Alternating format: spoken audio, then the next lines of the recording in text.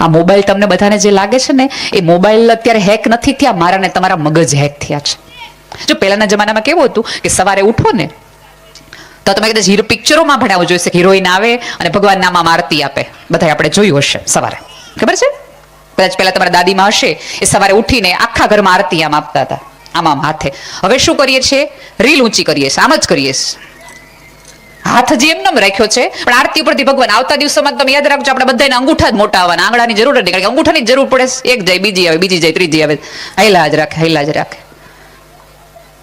અને કલાકોના કલાકો આપણા બધાનો સમય એમાં જતો રહે. કમાણી કોણ કરે? તો કે ઇન્ટરનેટના પેકેજ વાળા. અહીંયા બેઠેલા તમામ લોકોને વિનંતી છે કે એક વખત 24 કલાકમાં 1 કલાક એવો રાખો કે પરિવાર સાથે બેસીને તમે વાત કરતા હોય. આમાં અત્યારે કેવું છે, અહીંયા બેઠેલા તમામ વૃદ્ધો છે, જ્યારે જ્યારે નવી પેઢીની એકાદા વ્યક્તિ વાત સાંભળે કે દાદા પાસે બેસવા જઈએ, બા પાસે બેસવા જઈએ, એટલે તરત આપણે ખીજાવાનું શરૂ કરી દઈએ. અમે તારા જેવડા હતા ને તો અમે આમ કરતા હતા, અમે તારા જેવડા હતા ને તો આમ કરતા હતા. એક વખત એક છોકરા ને એના પપ્પા એવું કહેતા હતા કે તું જો, તારી ઉંમર નહોતો ને તો હું આમ કરતો હતો, તારી ઉંમર નહોતો ને તો હું આટલું કરતો હતો. એટલે છોકરાએ પૂછ્યું, તમારી ઉંમરે છે ને જવાહરલાલ નહેરુ વડાપ્રધાન હતા, હવે તો મારે કઈ કેવું? સારી પેઢી છે. આપણે દરેક છોકરાનો અત્યારે તમે કંઈક સાંભળો, વોટ્સઅપમાં આવે કે એક છોકરો ભાઈ ડોક્ટર થઈ ગયો, એક છોકરો એન્જિનિયર થઈ ગયો, ભાઈ આઈએસ થઈ ગયો, એક ભાઈ આઈએસ. એટલે આપણા છોકરાને સટાક દેવા માંડી, જો આ કંઈક કરો, કંઈક કર, કંઈક કર. એટલે છોકરાને એમ થાય કે અમથા ની યાર બેઠા, આના કરતા મોબાઈલમાં રહ્યા હોત ને તો સારું હતું. સાંભળવા હાટું જ આવ્યા ને કે આપણે કેટલા ખરાબ છે. તમને એવું લાગે છે કે તમારી નવી પેઢી તમને એમ કે તમે અંબાણી જેવા થયા હોત તો હું અહીંયા પડ્યા રહ્યા છે? એમણે કોઈ દિવસ તમને કીધું? અહીંયા બેઠેલી મમ્મીને કોઈ દિવસ એમ કીધું મમ્મી તું આ દીપિકા પાદુકોણ જેવી લાગને આવી હું સાડી પહેર્યા રાખે છે? એને તમને કોઈ દિવસ એમ કીધું પપ્પા છે તમે જો રિતિક રોશનનું બોડી જો, તમારું બોડી જો? કોઈ દી તમારા છોકરાએ તમને કીધું? જો છોકરાઓ મા બાપની કમ્પેરિઝન ન કરતા હોય, સરખામણી ન કરતા હોય, તો મા બાપને પણ વિનંતી છે કે આ નવી પેઢીની સરખામણી કોઈક બીજા છોકરા વારે ન કરો. અત્યારે ગામમાં કોઈક સરસ અત્યારે મંદિરની તમારી સ્થાપના થઈ, 5 ડોક્ટર થયા, એટલે આપણે બધા છોકરાઓને બીજા તાર ડોક્ટર થઈ જાવ, તાર ડોક્ટર થઈ જાવ. એ ડોક્ટર માટે કદાચ ન બન્યો હોય, એ બીજા માટે બન્યો હોય, એની અંદર કોઈક આવી કલા હોય.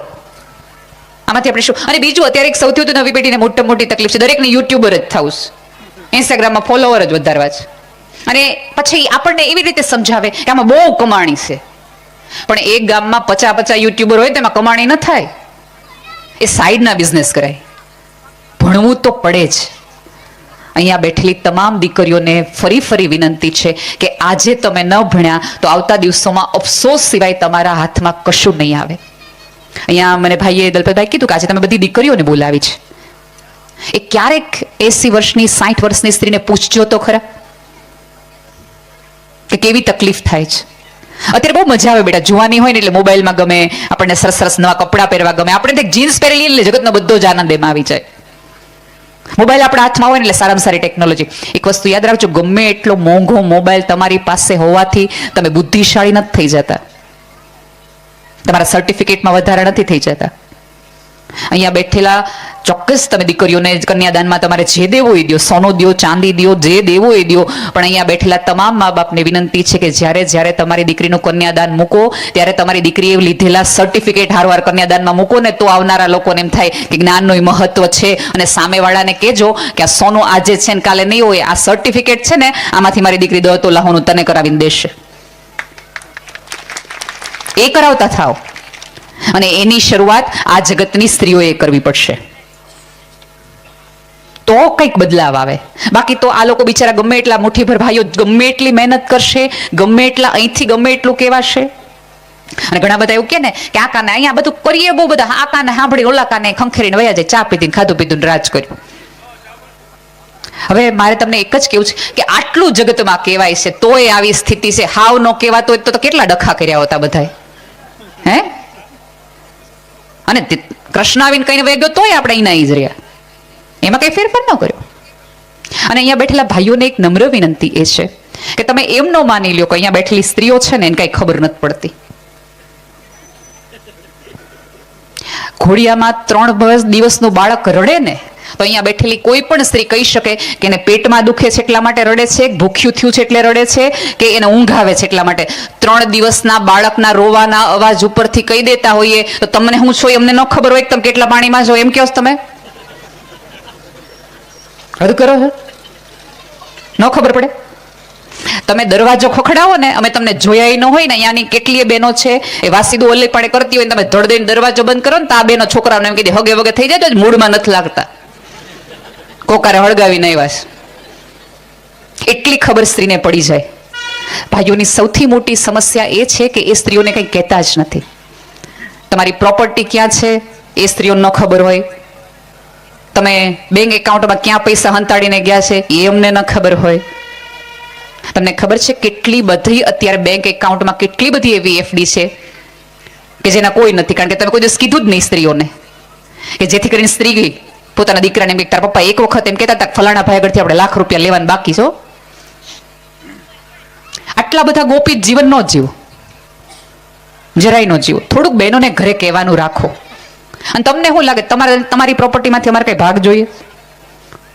ના, અમને ખબર છે તમારા કરતા વધુ બચત છે એ આ સ્ત્રીઓ કરે છે.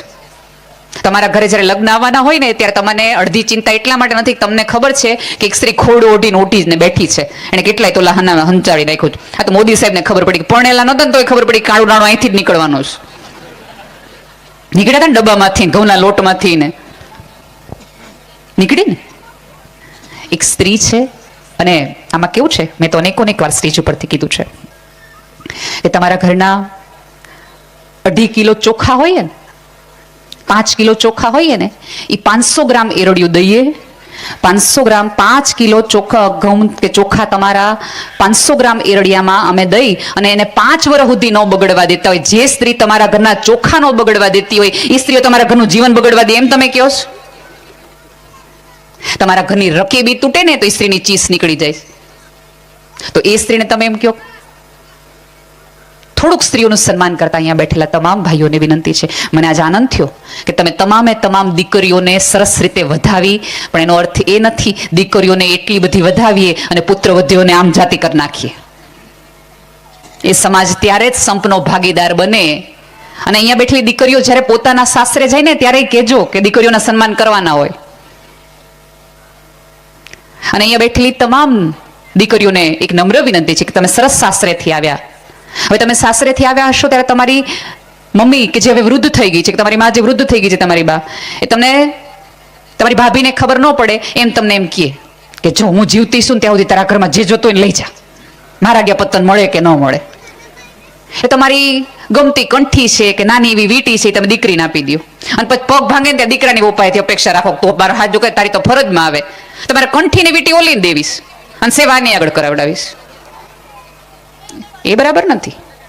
કરિયાવરની પરંપરા તમે આમ શાંતિથી વિચારશો ને તો આપણી બધી પરંપરામાં એટલા માટે સરસ હતું કે એક સાથે તમે દીકરીને સરસ દેવાતું હોય, દે પછી ટાણા હાચવવાના હોય. પછીનું જે તમારા કુટુંબમાં તમારા ઘરમાં છે એ તમારી ગૃહલક્ષ્મી માટે છે, કારણ કે તમારું વૃદ્ધત્વ મને સાચવવાની એ સ્ત્રી છે. તો અહીંયા બેઠેલી ભણેલ ગણેલ દીકરીની પણ જવાબદારી હોય કે જો તમારી મમ્મી છુપી રીતે તમને કંઠી દઈ દેતી હોય ને તો કહેવાય તમારા બાને કે ભાઈ જો હાચવવા છે ને આ સ્ત્રી આવવાની છે, ભાભી આવવાની, તું એને દે. અને આવું કર્યું હોય તો આવતી નણંદ રૂડી લાગે.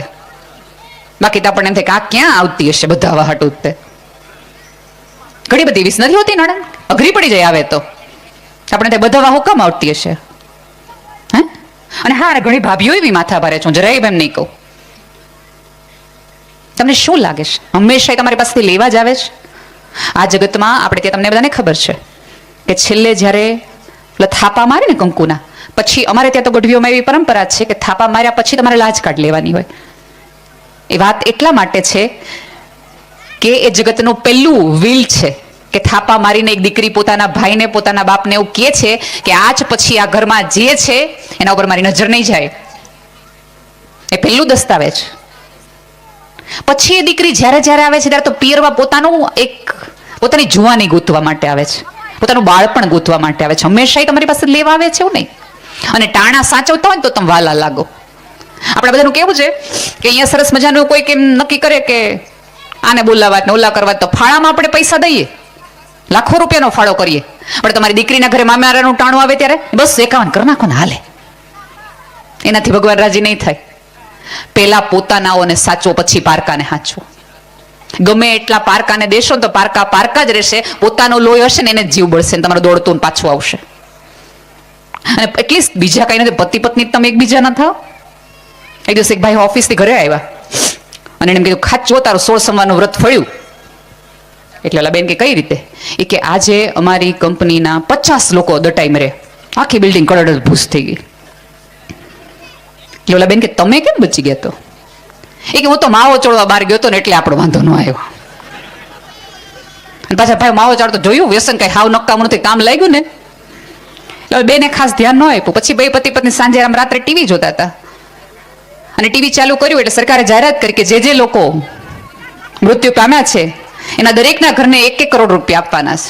એટલે ઓલા બેન કે જોયું, તમારી માવાની ટાઈમ તૂટી નહીં હજી. હજી હું કહું કે છોડી દો, આ છોડી દો. કરોડ તો મળત.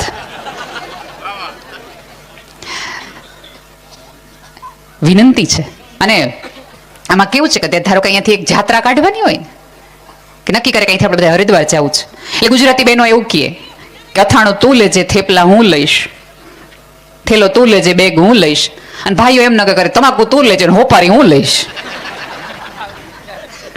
અહીંયા બેઠેલા તમામને વિનંતી છે કે ગંગાના પ્રવાહમાં જાઓ, દેવોના સ્થાને જાઓ, ત્યારે એને શ્રદ્ધાળુઓની જરૂર છે, પ્રવાસીઓની નહીં. તમે મજા કરવા માટે ત્યાં નથી જતા. દરેક વસ્તુ મજાના સ્તરે લાવી દેશો ને તો જીવનમાં આપણામાં ને પ્રાણીમાં કઈ ખાસ ફેર નહીં રહે. તો તમે એવું કીધું ને, એટલે 84 લાખ ફેરાના માટા જ માર્યા રાખવાના આવશે.